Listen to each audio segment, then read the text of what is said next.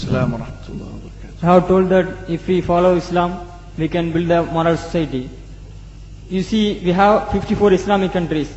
Even we have 95% Muslims over there. They follow Islam only. Why we can't build moral society in those countries? Like Pakistan, Afghanistan, they have a civil war between the Shias and Sunni Muslims. Why we can't build moral society over there, even though they have follow Islam? We have 95 Muslims over there. That is, you have told that if we follow Islam... No, you mean to say that Afghanistan, Pakistan, these countries are following Islam, but there's still civil wars and fighting amongst Muslims like Shia and Sunni? Why you are asking? We can't build moral society over there, even though we have 90%, 95 Muslims over there? First of all, Pakistan is not following Islam. Are you joking? I'm saying not Pakistan have 90% Muslim. Muslim means follow Islam. But Muslim, what Muslim? What Muslim? I remember 15 years ago, it's not today and I heard it's worse, 15 years ago I remember going to a wedding in Pakistan. A wedding where men and women were mixing freely. Where the bride was dancing on the stage with all the male members of the family dancing on the stage. I am sure somewhere around, we probably hidden in a corner then, but I hear now it's open drinking alcohol. What Muslim are we talking about? This was 15 years ago. Now I hear it's even worse. Oh yes, they're Islam. When the bride and the groom are walking to the car, they're holding the Quran over their head for blessing. That Islam? That's not Islam. What Islam is that? That's exactly the thing I'm talking about. That's why Muslims are in such a mess. Because of this nonsense, this hypocrisy, actually they are insulting the Quran by doing that. Amongst all of this haram, they think that the Quran, holding it over their head, is going to bless them because they're holding it. What is that?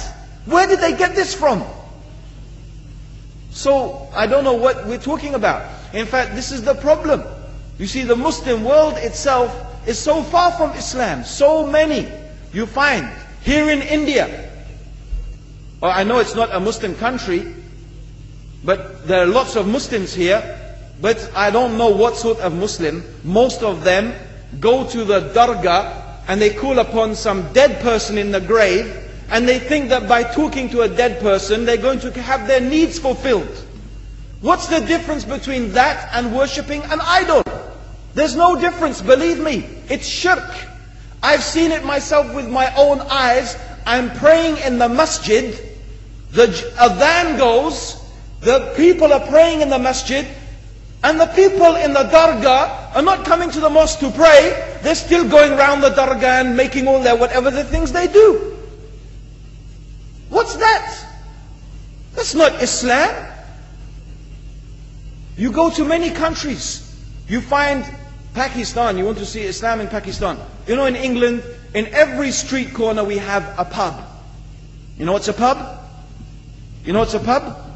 Like a bar, you know, a place where you sit and drink alcohol. Yeah? Yes? In Pakistan, believe me, they have something worse than that. Yes, worse. On every street they have a picture of a palm. Everywhere you see it, hanging from the windows. They have the picture of a palm. What's that advertising? Something worse than drinking alcohol. An invitation to disbelieve in Allah, that they're going to read your hand and tell your fortune. Shirk. It's shirk. Whoever believes, the Prophet said, sallallahu alaihi wasallam, whoever visits a fortune teller out of curiosity, Allah will not accept their prayers for 40 days. Whoever believes in the fortune teller has disbelieved in Allah and His Messenger. That includes, by the way, horoscopes. Yet and you see in Pakistan a picture everywhere of a hand. Worse than a pub. Worse than a pub. It is better to drink alcohol than make shirk with Allah. Yes. So this is the Muslim countries. You will not find one except they are not doing magic and shirk and kufr. Or except maybe one or two you will find. So this is the state of the Muslims. So no wonder we're in the confusion and the chaos. So these are not good examples. And this is really, in fact, the very reason that I'm saying why we are in such a big mess.